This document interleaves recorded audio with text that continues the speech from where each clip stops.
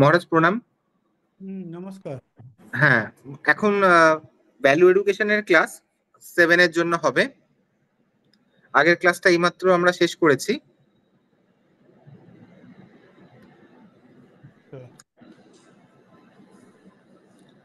Class 7 value education.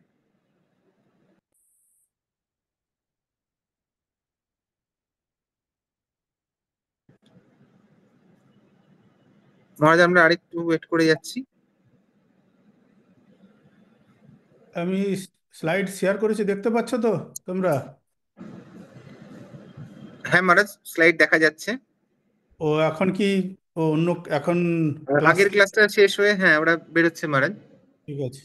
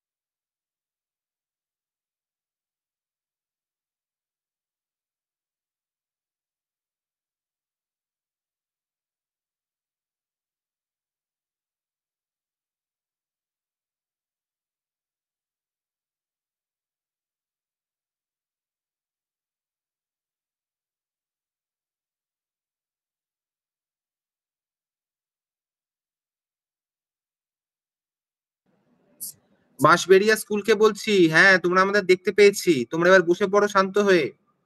মহারাজ এক্ষুনি class নেবেন। বাঁশবেড়িয়া স্কুলকে বলছি। বাঁশবেড়ি আর কেউ জয়েন করেছো? একটু ভিডিওটা অন করো, দেখে নি। বাঁশবেড়িয়াতে জয়েন করেছো দেখছি।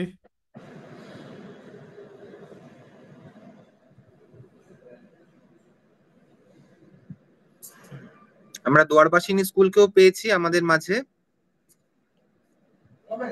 ঠিক আছে, তাহলে আমি আমার স্লাইডটা দেখতে পাচ্ছ তোমরা তো? আমরা আহ, 3বার ওম মন্ত্র উচ্চারণ দিয়ে ক্লাস শুরু করব। আমি একবার বলছি, তোমরা সেটা শুনে বলো। দাঁড়াও। ও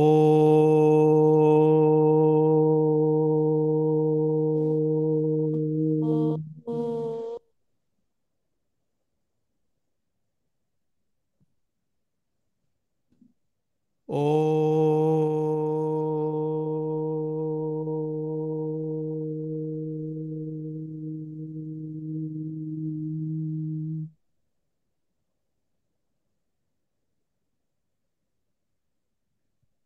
ও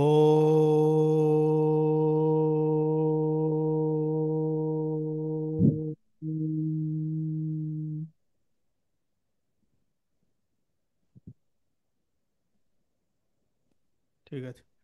আচ্ছা, ক্লাস শুরুতে আমরা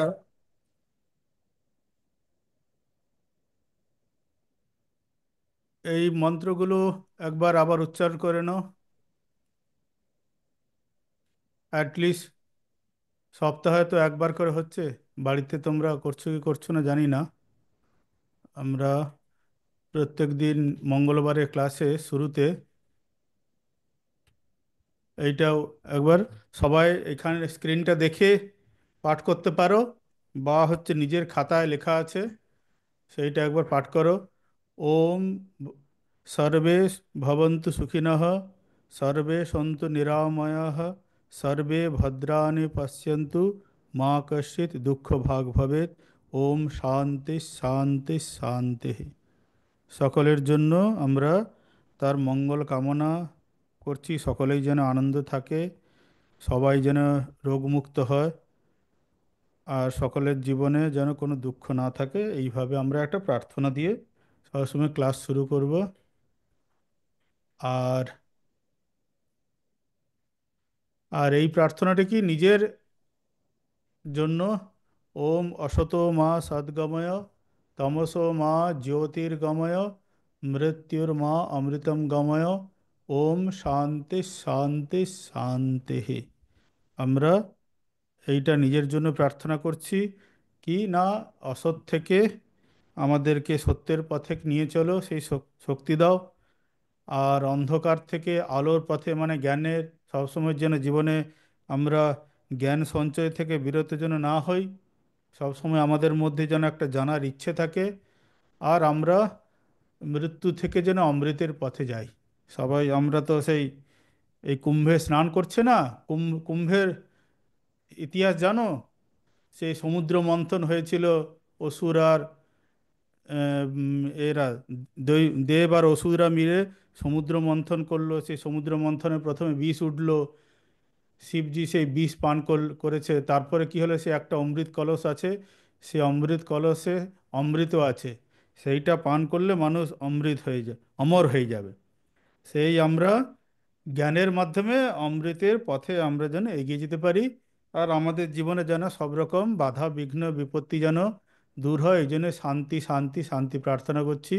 জীবনে অনেক রকম শারীরিক অসুস্থতা, মানসিক অসুস্থতা, পারিবারিক অসুস্থতা, বন্ধু বান্ধবদের সবাইয়ের জন্য আমরা ভগবানের কাছে প্রার্থনা করছি, যারা সবাইয়ের জীবনে যেন শান্তি আসে, জগতে মানুষের মধ্যে যেন শান্তি হয়, সব যেন শান্তি লাভ করে, এইটা আমরা প্রার্থনা করেছি।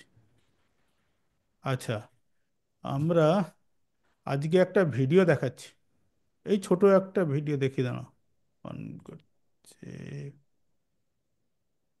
এই ভিডিওটা প্রথম দিন আমি দেখাতে চেয়েছিলাম, তখন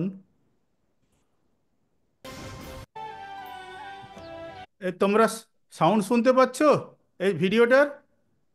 হাত তোলো। না স্যার। সাউন্ড শুনতে হ্যাঁ। পাচ্ছ? ঠিক আছে, একটা ভিডিও দেখো। শুধু লেকচার দিলে তো বোর হয়ে যাবে, বলে ঘুম পেয়ে যাচ্ছিল, চলছিল যখন। ঠিক আছে, একজন আগেকার দিনের সব গুরু গৃহে গিয়ে পড়াশোনা করতো না, এই গুরুর কাছে গেছে। তাহলে দেখলে এই এটার দ্বারা কি বলতে চাইছে, বলতে পারবে কেউ?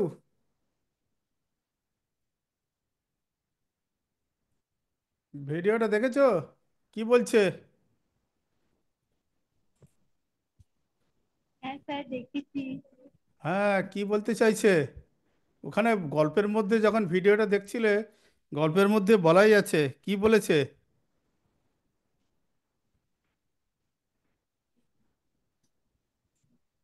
ভালো কাজ করতে নেই।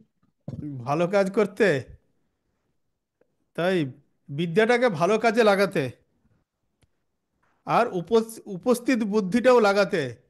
শুধু পড়া, বই পড়া বিদ্যাতে সবসময় হয় না। সেই এই এই এটা ভিডিওটা দেখানোর সময় আরও একটা গল্পের কথা মনে পড়ছে। ঠাকুর ভগবান শ্রী রামকৃষ্ণদেব, তার কথামৃত বলে একটা বই আছে, সেই বইতে এইরকম একটা আরও একটা জিনিস এরকম গল্প বলেছেন।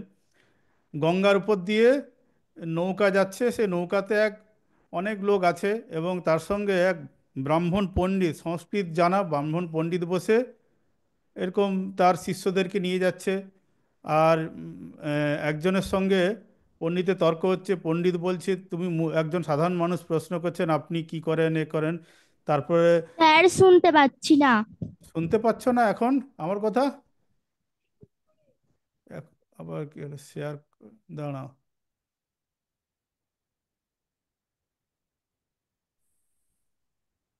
ওরা শোনা হ্যালো, যাচ্ছে? এখন শোনা এখন যাচ্ছে শোনা মহারাজ। যাচ্ছে? শোনা হ্যাঁ, যাচ্ছে? আগে হ্যাঁ, আগে হ্যাঁ।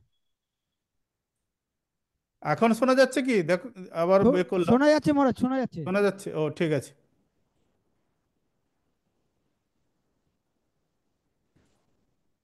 হুম। সেই ব্রাহ্মণ পণ্ডিত বলছে, তুমি বলছে তুমি কি করেছো তার। হ্যাঁ, তো ব্রাহ্মণ পণ্ডিত বলছে আমি সংস্কৃত জানি, ব্যাকরণ জানি, এই লঘু সিদ্ধান্ত, কৌমুদি পড়েছি, এ করেছি, তুমি কি করেছো? বলছে না, আমি তো হচ্ছে পড়াশোনা কিছু করিনি, পড়াশোনা করার সুযোগ হয়নি এইরকম। আর সেই পণ্ডিত হচ্ছে অহংকার করে যাচ্ছে। এমন সময় আকাশে মেঘ করে অন্ধকার হয়েছে এবং ঝড় বইতে শুরু করেছে। প্রচণ্ড নৌকো হচ্ছে কি দুলছে ঝড়ের হাওয়াতে। তারপরে সবাই হচ্ছে কি ভয় পেয়ে গেছে যে এবারে মনে হয় নৌকো ডুবতে যাবে। তখন সেই মূর্খ যে সাধারণ ব্যক্তিরই তখন, আর সেই পণ্ডিত ভয় পেয়ে গেছে, নৌকো হচ্ছে কি দুলতে শুরু করেছে। তারপরে সেই পণ্ডিতকে বলছে, পণ্ডিত মশাই আপনি তো হচ্ছে সাঁতার জানেন? বলছে না, আমি সাঁতার জানি না। বলছে এখন যা ঝড় এসেছে, এ তো নৌকো উল্টে যাবে, তা সাঁতারটা যখন জানেন না আপনার তো প্রাণই চলে যাবে। আপনি অনেক বিদ্যা জেনেছেন, এই ব্যাকরণ শাস্ত্র জানেন, এই শাস্ত্র জানেন, সিদ্ধান্ত কৌমুদি অনেক কিছু শাস্ত্র পড়েছেন, ষড়দর্শন পড়েছেন, অনেক কিছু পড়েছেন, কিন্তু জীবনে হচ্ছে গিয়ে প্রাণ রক্ষার জন্য যে সাঁতার জানাটা প্রয়োজন, তার মূল উদ্দেশ্য হলো কি যে যে আপনি সেটাই জানেন না। বলছি আপনার সব বিদ্যাই হচ্ছে কি বৃথা হয়ে গেল। তাহলে মানে এটা বলার অর্থ হলো কি, যে জীবনে সবসময় পুঁথিগত বিদ্যা তো অর্জন করতে হয়, তার সঙ্গে সঙ্গে হচ্ছে কি ব্যবহারিক জীবনেও প্রাণ ধারণের জন্য বিদ্যা অর্জন করতে হয়, এবং আমাদের যে বিবেক বুদ্ধি আছে সেটা লাগাতে হয়, এবং যে অর্জিত বিদ্যা সেটাকে কি না সৎ পথে লাগাতে হবে। চারিদিকে দেখতে পাবে, এখন তোমরা খুব ছোট আছে জানো না হয়তো, বা অনেক খবর টবর পাবে, চারিদিকে মানুষজন, অনেক পড়াশুনো জানা মানুষজন, তারা কিভাবে অসৎ পথে চলে যায়। অনেক মানুষজন আছে যারা অসৎভাবে এখন ইন্টারনেটের মাধ্যমে কি বলে লোকের কাছ থেকে হচ্ছে টাকা পয়সা চুরি হয়ে যাচ্ছে, অনলাইনে ব্যাংকিং ট্রানজাকশন হয়ে যাচ্ছে, লোককে ধোকা দিচ্ছে। এইগুলো কি যারা এইসব করে তারা কিন্তু খুব ইন্টেলিজেন্ট, এই নয় তোমার মানে বোকা মানুষ। ওইসব বোকা লোকরা করতে পারবে না এইসব। হ্যাকিং ট্যাকিং হয় না এখনকার দিনে, কম্পিউটারের যুগে সব মোবাইল হ্যাক করে নিচ্ছে, অ্যাকাউন্টস হচ্ছে গিয়ে তোমার ব্যাঙ্ক অ্যাকাউন্ট হ্যাকিং করে নিচ্ছে। যারা হ্যাকার তারা খুব বড় বড় হচ্ছে গিয়ে ইঞ্জিনিয়ার, এক্সপার্ট, কিন্তু তারা কি হচ্ছে না অসৎ পথে চলছে। অতএব সেই বিদ্যাটাকে আমাদের অর্জন করতে হবে, যে বিদ্যাটা আমাদের জীবনের কাজে লাগে, মানুষের উপকার হয়, সেই রকম বিদ্যা। যে বিদ্যা দ্বারা হচ্ছে কি নিজের হচ্ছে কাজে লাগবে না, শুধু মুখস্থ বিদ্যা। রবীন্দ্রনাথ ঠাকুর বলছে না যে আমরা বিদ্যাটাকে হচ্ছে গিয়ে ওই মানে বহন করে চললাম, তাকে বাহন করিনি। বাহন করা মানে কি, জীবনে তাকে হচ্ছে কি প্রত্যেকটা পদে লাগাতে হবে। শুধু ফর্মুলাগুলো মুখস্থ করে যাচ্ছি আমরা, ম্যাথসে হচ্ছে কি গাদাগুচ্ছের ফর্মুলা আমরা আছে, ফর্মুলাগুলো মুখস্থ করেছি, আর ফর্মুলার বাইরে যদি আসে, বইয়ের বাইরে যদি অঙ্ক আসে, তাহলে আমরা আর করতে পারবো না, ব্যাস। এটা তো করানো হয়নি, এটা তো মাস্টারমশাই আমাকে করাননি। ক্লাসে তোমাকে কটা অঙ্ক করাবে? আমাদের করতে হবে কি অন্যান্য জায়গায় ওই জিনিসগুলোকে অ্যাপ্লাই করতে হবে। সেই জন্য যে বিভিন্ন অনেক রকম বই টই পড়লে, অনেক জায়গায় হচ্ছে কি প্রবলেম সলভ করলে, তখন সেইগুলো যেগুলো আমরা জানি সেগুলো ব্যবহার করা যায়। আরেকটা হলো যে সৎভাবে কি বলে সেই বিদ্যাটাকে আমরা জীবনে যেন ব্যবহার করি, সেইটুকু। এইবারে দেখো আরেকটা হচ্ছে, একটু সময় আছে তো? হ্যাঁ, আরো একটু সময় আছে। তাহলে দেখো আমি আরেকটা গল্প দেখো বলবো। এক হলো কি, তার মানে পড়াশোনা করতে হবে। কি হলো, আমার এখানে মুভ করছে না কেন? হ্যাঁ, পড়াশোনা করতে হবে। আর তারপরে কি, পড়াশোনাটাকে বিদ্যাটাকে সৎভাবে ঠিক ঠিকভাবে কাজে লাগাতে হবে জীবনে, আর উপস্থিত বুদ্ধিটাকেও কাজে লাগাতে হবে। এই আরেকটা ছবি দেখতে পাচ্ছো? কিসের ছবি দেখছো তোমরা? এটা কিসের ছবি? হ্যাঁ, উটের ছবি দেখতে পাচ্ছ, ঠিক আছে। একটা উটের গল্প বলছি। উটের গল্প কেউ বলতে পারবে? গল্প, একটু গল্প বলতে পারবে কেউ? পরের দিন কোনো একটা স্কুল, এই কি বড়াই বালিকা বিদ্যালয় বিদ্যা মন্দির থেকে একটা গল্প শোনাবে। পেছনে যারা বসে আছো তারা তো হচ্ছে কিছুই বসে গল্প গল্প করছে কিনা জানি না, না গো, শুনছে ওরা সবাই। ঠিক আছে, তো তোমাদের স্কুল থেকে কেউ একজন পরের দিন একটা গল্প শোনাবে। তাই একটা উটের গল্প বলছি। কি গল্প? যে একটা শুরু হয় না, একটা গ্রামে একটা উট ছিল। আর সেই গ্রামে কি বলে অনেক মুনি ঋষিরা তপস্যা করতো। তা মুনি ঋষিদের তপস্যা দেখে উটেরও মনে হলো যে আমি একটু তপস্যা করি। শুধু মুনি ঋষিরা তপস্যা করে, তা উটেরও খুব ইচ্ছে হলো তপস্যা করার। উটও হচ্ছে কি দিনরাত শুধু হচ্ছে কি তপস্যাই করে যাচ্ছে। এত তপস্যা করেছে যে ভগবান ব্রহ্মা তার তপস্যায় মুগ্ধ হয়ে দেখা দিয়েছে। বলে, বাছা, তুমি এত কঠোর তপস্যা করছো কেন? তখন উট বলছে যে তুমি কি বর চাও বলো। তখন উট বলছে যে আমাকে এই বর দিন, কি বলে, যাতে আমার এ, খাবার পরার কোনো অসুবিধা না হয়। এখানে বনে জঙ্গলে হচ্ছে কি বলে খাবার পেতে খুব অসুবিধা হয়। এই জন্য আমার গলাটাও একটু ছোট। আমার গলাটাকে হচ্ছে কি 100 যোজন মানে অনেকটা বড় লম্বা করে দিন, যাতে আমি সহজে হচ্ছে খাবার দাবার খেতে পারি বিভিন্ন জায়গা থেকে। তখন ব্রহ্মা বলে তথাস্তু। বলার পর উটের গলা হয়ে গেল কি 100 যোজন লম্বা হয়ে গেল। এ দেখতে পাচ্ছ, উটের গলা প্রথমে স্বাভাবিক ছিল, তারপর তপস্যা করার পর এই যে লম্বা গলা হয়ে গেছে। এই দেখতে পেয়েছো কত বড় গলা হয়ে গেছে। তো উটের তো তখন খুব মজা, যে বাহ, এখন আর হচ্ছে হেঁটে হেঁটেও কোথাও যেতে হয় না। এক জায়গায় বসে গেল, বসে হচ্ছে কি গলাটা বাড়িয়ে দিয়ে চারিপাশে যত মানে লতা পাতা হাতে খাচ্ছে। তারপর ঘাড়টাকে উপরের দিকে তুলে দিল, তুলে দিয়ে হচ্ছে কি বসে বসে শুয়ে শুয়ে গাছের লতা পাতা খা দিনের পর দিন খাচ্ছে। দেখছে যে বাহ, ভালোই হয়েছে। আর খাওয়া দাওয়ার জন্য খুব বেশি ছোটাছুটি করতে হয় না, এক জায়গা থেকে আর জায়গায় যেতে হয় না। খুব ভালো। বলে, বা ব্রহ্মার কাছ থেকে একটা ভালো বর পেয়েছি, তো জীবনটা বেশ আনন্দেই কাটছে। এরপর গরমকাল চলে গেল। গরমকাল যাওয়ার পর তারপরে আবার বর্ষাকাল এসেছে। চারিদিকে বেশ বর্ষা, এবং পরপর এত চারিদিকে বর্ষা হচ্ছে। আর শরীরটাকে হচ্ছে গাছের তলা ঢেকে রাখছে। কিন্তু এখন সমস্যা হয়ে গেছে উটের কি, না গলাটা তো লম্বা হয়ে গেছে। ফলে সেই দিনে কয়েকদিন ধরে টানা বৃষ্টিতে শুধু বৃষ্টিতে ভিজছে। কোনো জায়গায় হচ্ছে গলাটাকে রাখার কোনো স্থান খুঁজে পাচ্ছে না, কোথায় রাখবে। মাথা আর গলা ভিজে যাচ্ছে। তখন অনেক খুঁজে খুঁজে দেখলো একটা পাহাড়ের ধারে একটা একটা গর্ত খুঁজে পেয়েছে, একটা গুহা। গুহাটা হচ্ছে খুব বড় নয়, কিন্তু হচ্ছে কি একটু লম্বা ধরনের ভেতরে গুহাটা আছে, অনেকটা হচ্ছে কি দেখ মানে ভেতরে যাওয়া যায়। কিন্তু পুরো মানে উটটা হচ্ছে কি পুরো শরীরটা ঢোকাতে পারছে না। তখন উট করলো কি, যে আচ্ছা ঠিক আছে, মাথার গলাটাকে তো অ্যাটলিস্ট বৃষ্টি থেকে বাঁচাই। বলে সরু গলা, মানে একটা সরু একটা ছিল গুহাতে, পাহাড়ে একটা গুহা ছিল, সেই গুহাতে মাথাটাকে গুঁজে দিয়ে বাহ, বেশ বৃষ্টি থেকে একটু নিজেকে আটকানোর চেষ্টা করছে। তারপর বৃষ্টি ক্রমাগত বেশ কয়েকদিন ধরে চলছে। এদিকে যতগুলো ছোট ছোট মানে গর্ত টর্ত ছিল সব জলে ভরে গেছে। একটা শিয়াল আর শিয়ালি ছিল, তারা এরকম একটা গর্তে বাস করতো, কিন্তু টানা কয়েকদিন বৃষ্টিতে তাদের গর্তটা কি হয়েছে, না জলে হচ্ছে কি ভরে গেছে। তারা তখন প্রাণ রক্ষার জন্য এদিক ওদিক করে, মানে কোথায় হচ্ছে গিয়ে প্রাণ রক্ষা করে বৃষ্টিতে হাত থেকে রক্ষা পায়, তারাও হচ্ছে খুঁজতে শুরু করলো।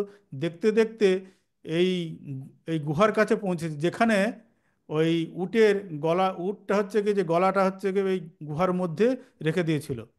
ওরা করেছে কি, শিয়াল আর শিয়ালি সেই গুহার মধ্যে ভেতরে ঢুকে গেছে। আর চারিদিকে এত বৃষ্টি হচ্ছে, খাবার দাবারও পাচ্ছে না, বাইরে বেরোতেও পারছে না, খিদে পাচ্ছে। তখন করলো কি, ওই উটের হচ্ছে কি গলাটা হচ্ছে কামড়ে কামড়ে খেতে শুরু করলো। আর উট গলার যন্ত্রণায় কামড়াচ্ছে দেখে মাথাটাকে হচ্ছে গিয়ে ওই মানে গুহার ভেতর থেকে বের করানোর জন্য অনেক চেষ্টা করছে, কোনো মতে বের করতে পারছে না, মানে খুব সরু গুহা ছিল তো, আটকে গেছে। আর ওদিকে এই শিয়াল আর শিয়ালিনী ক্ষুধার বশে এই গলা হচ্ছে গিয়ে কামড়াতে কামড়াতে সব পুরোটা খেয়ে নিয়েছে। আর তারপরে কি না, উটের হচ্ছে গিয়ে মারা গেল। তাহলে এই গল্পটা কোথা থেকে বলছি বলো তো? এটা মহাভারতের গল্প। মহাভারতের নাম শুনেছো? রামায়ণ মহাভারত, মহাভারত দেখেছো? হ্যাঁ, ঠিক আছে। মহাভারতের একটা শান্তি পর্ব বলে একটা পর্ব আছে, যারা কখনো যে এই গল্পটা সেখানে আছে। তো এই গল্পের মূল সারবস্তুটা কি বলতে পারবে? উপদেশ কি বলছে, কেউ বলতে পারবে? মানে উটটা লাস্টে এত বড় বর পেলে বটে, কিন্তু হচ্ছে গিয়ে লাস্টে মারাই গেল শিয়ালের এতে। কেউ বলতে পারবে উপদেশের, এই গল্পটার মূল উপদেশটা কি?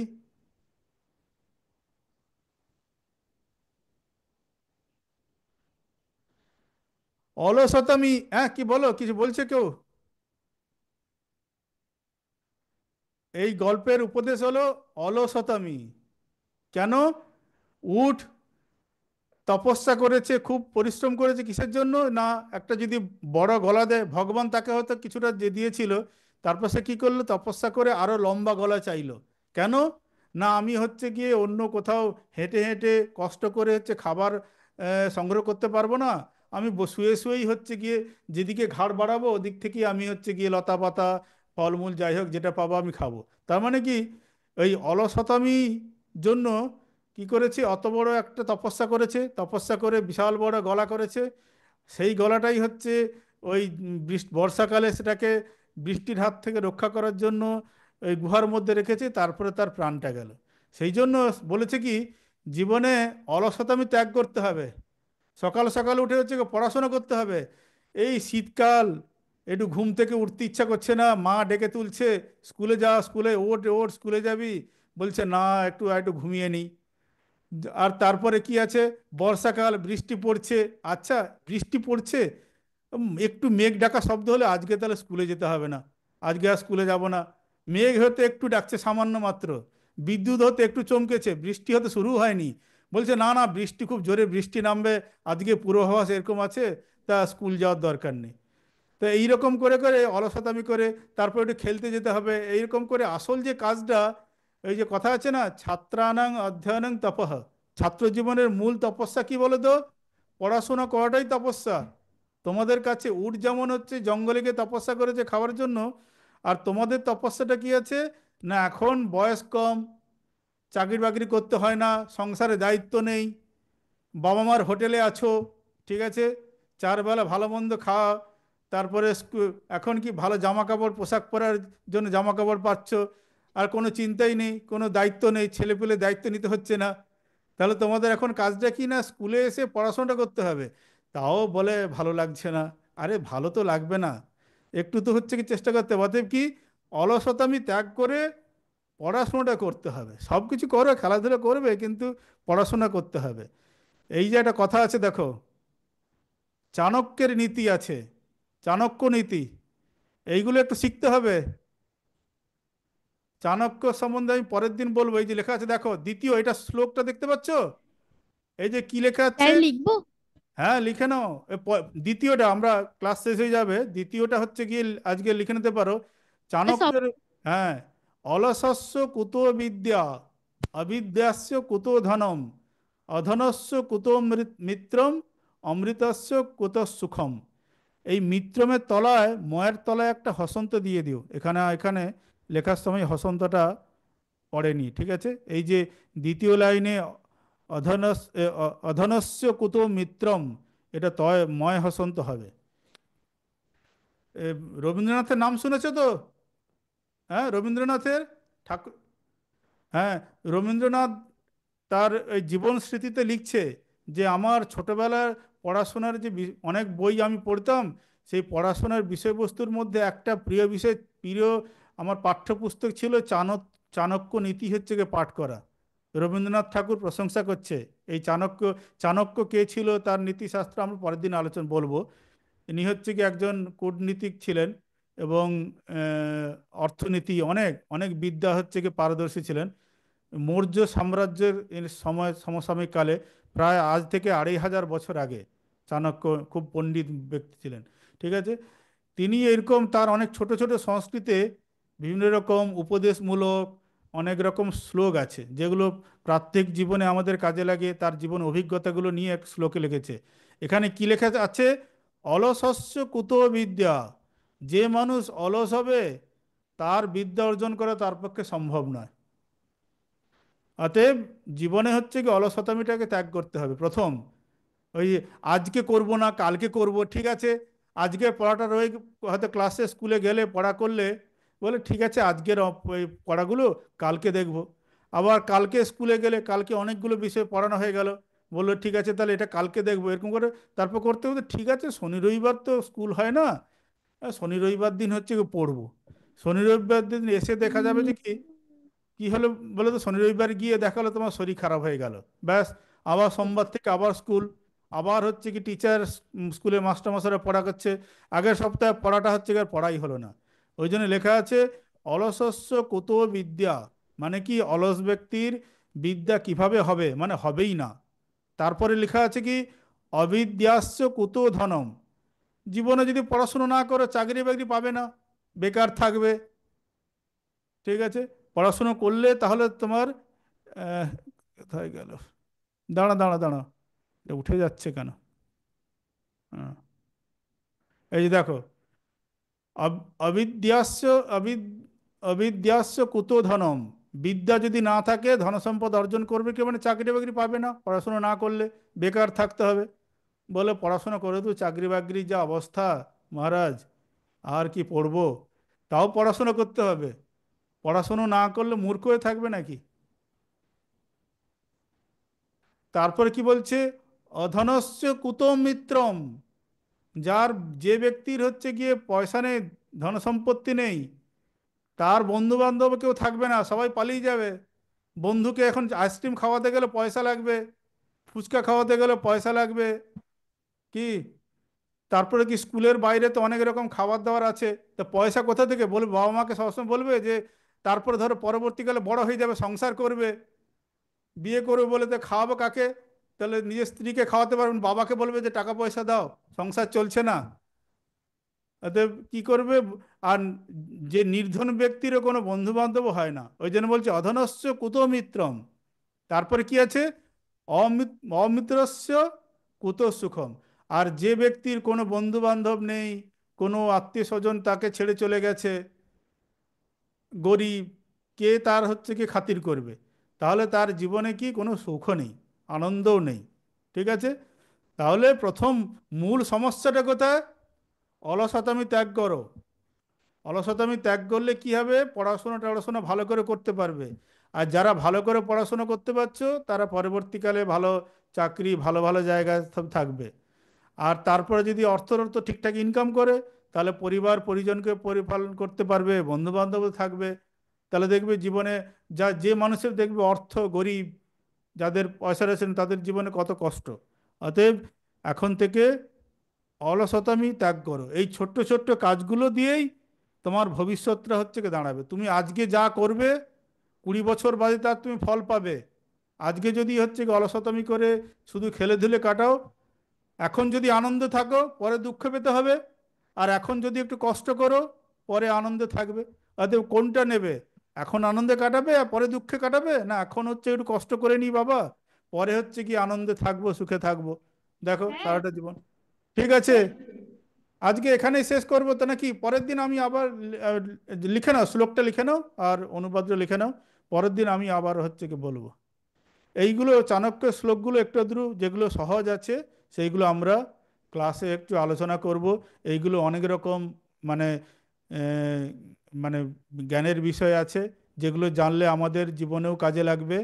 পড়াশুনো তো করছোই, পড়াশোনার সঙ্গে সঙ্গে আমাদের ব্যবহারিক জীবনেও জীবন চালাতে গেলে অনেক রকম বিদ্যা অর্জন করতে হয়। সেইগুলো হচ্ছে কি এইসব বিভিন্ন রকম উপদেশমূলক কথা শুনতে হবে। এই চাণক্য নীতি জীবনে চলার ক্ষেত্রে অনেক রকম উপদেশ, তাদের নীতি আছে, সেইগুলো জানলে জীবনে আমাদের কাজে দেয় আর কি। ঠিক আছে, আজকে তাহলে এখানে শেষ করছি। ওম শান্তি শান্তি শান্তি, হরি ওম তৎসৎ, শ্রীরামকৃষ্ণার্পণমস্তু।